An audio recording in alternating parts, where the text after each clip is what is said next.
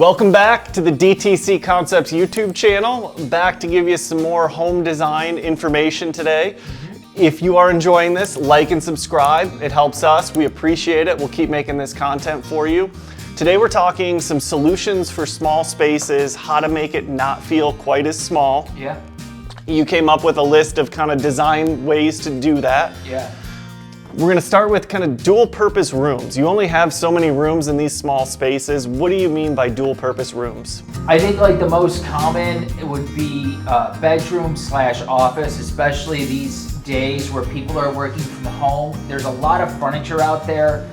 Murphy bed being the most common, that you could have a great desk area. It can easily pop down to be a bed, or vice versa. Maybe you have a guest room that's primarily a guest room, but sometimes you need, to go in there and work. I always think you want the scale to be correct, but doing a large desk under, like a Samsung frame TV rather than a dresser, that room now is completely dual purpose. Frame TV makes it look more like art over the desk rather than you're staring in front of a TV. You could even gallery wall it up if you wanted to and have it blend in. The other thing is people like to work out at home, and so while you might work out every day, you have guests a couple of times a year. Again, a Murphy bed in a room allows that to be your workout space, your yoga room, whatever you need it to be, while still serving a dual purpose. Sure. Anything to do in the kitchen, kind of living room space from a dual purpose perspective? Living room and kitchen, I think it's more common, I see in British design homes, where in the kitchen, instead of having a massive island, which I know we've become very accustomed to in America, and we think that we need it. Yes. You don't. You can do a dining table. It can still be prep space. It can still be, where you set something down, you chop something up, but then it can be your actual dining table as well, which I like. In the living room, find yourself a little nook. If it's next to the TV, maybe it's just off to the side, but you can fit a really efficient space-saving desk in a living room, and it doesn't need to be some big moment, but just something that you can go off into the corner and do some work. And something I've seen you do when putting these desks in is you find something that's closable. Yes. So you're not looking at your computer, your monitor, and thinking as you're sitting on the couch trying to enjoy Netflix or a great YouTube channel. Yep. Oh shit, I got work to do. Yep. So something that can kind of be closed up is a great pointer. I'd link it if they still sold it, but I bought one from my own previous home, almost 10 years ago from Target, and I have to say, it is one of the most asked about pieces when people come over, because it's great. It allows it to open up and be expansive. There's an extra monitor in there, and it's just a little hutch piece of furniture which you can find, and it's been fantastic. Squeeze it in anywhere. Yeah. So dual purpose rooms, a great way. Dual purpose furniture.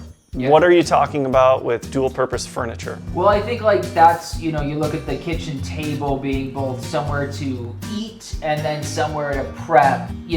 That is a big piece of what I'm talking about. You could do, a really nice chair in the dining room, bring that over to your office if you need to, but maybe you don't want to keep an extra chair there all of the time. So things that can kind of just serve more than one purpose on any scale is going to help. Shift some of those dining room chairs to the living room if you need extra seating. Do it all the time. So things you can bring around the house. Yeah. My dining chairs in our house, even though we've got a lot of seating in the living room, we entertain a ton. Right. And they're big, comfortable dining room chairs, and so if we do pull those over into the living room to watch a movie, people can sit on them. It almost feels like a living room chair when you're sitting on it. It's 100%. Comfortable.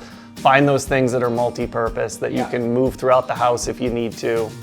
Another great one, and I never thought of this, color continuity.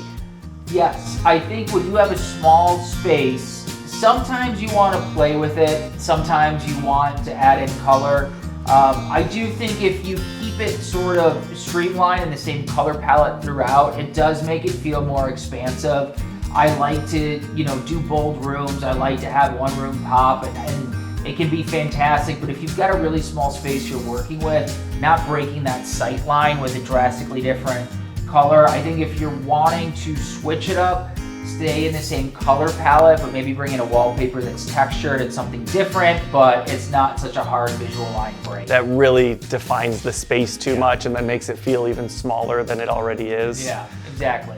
Material continuity is another one, and you called this out in the AD review of Sarah Paulson's beach house in Malibu. I did. In her bathroom, it was tile that kind of ran in the floor and into the shower. So talk about material continuity. So that's one way to use it, where it's a small bathroom and she selected a tile that can be used for the entire thing, which is really nice because it not only does it make your eye just go up, it also makes the space feel bigger and it makes it a moment.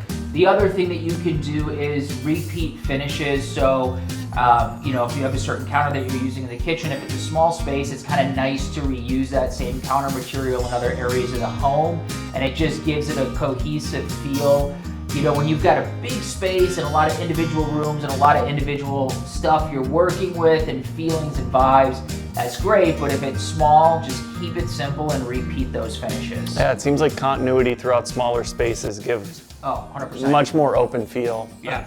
Keeping in general the finishes simple. What do you mean by that? For me, in a small space, I like to see, again, things repeated and simple, where if anything's too distracting or takes up too much eye presence, makes you stop, stuff starts to feel smaller in those spaces.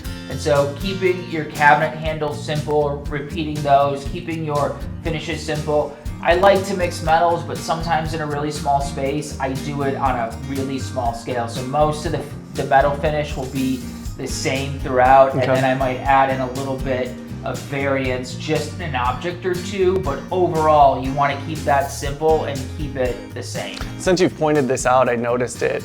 Kitchen islands, even if it's a small one, if they have a very busy material there, it feels like it's engulfing the kitchen and taking over much more space than it is. So that's why I think if you might want that really busy, crazy thing going on, if you've got, and listen, if that's your thing and you got a small space, do it. But if you're looking for what will feel the most serene and expansive, then yes, keep it simple.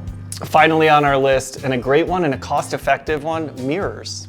Yeah, mirrors are always great. I mean, it allows the sight line to bounce, it allows light to bounce, especially if you've got dark corners. It just makes things feel twice as large. And so, you can use full-length mirrors, you can use mirrors about furniture pieces instead of artwork, and it's going to make it feel a lot bigger. Some well-placed mirrors throughout the space will really open it up. Yep.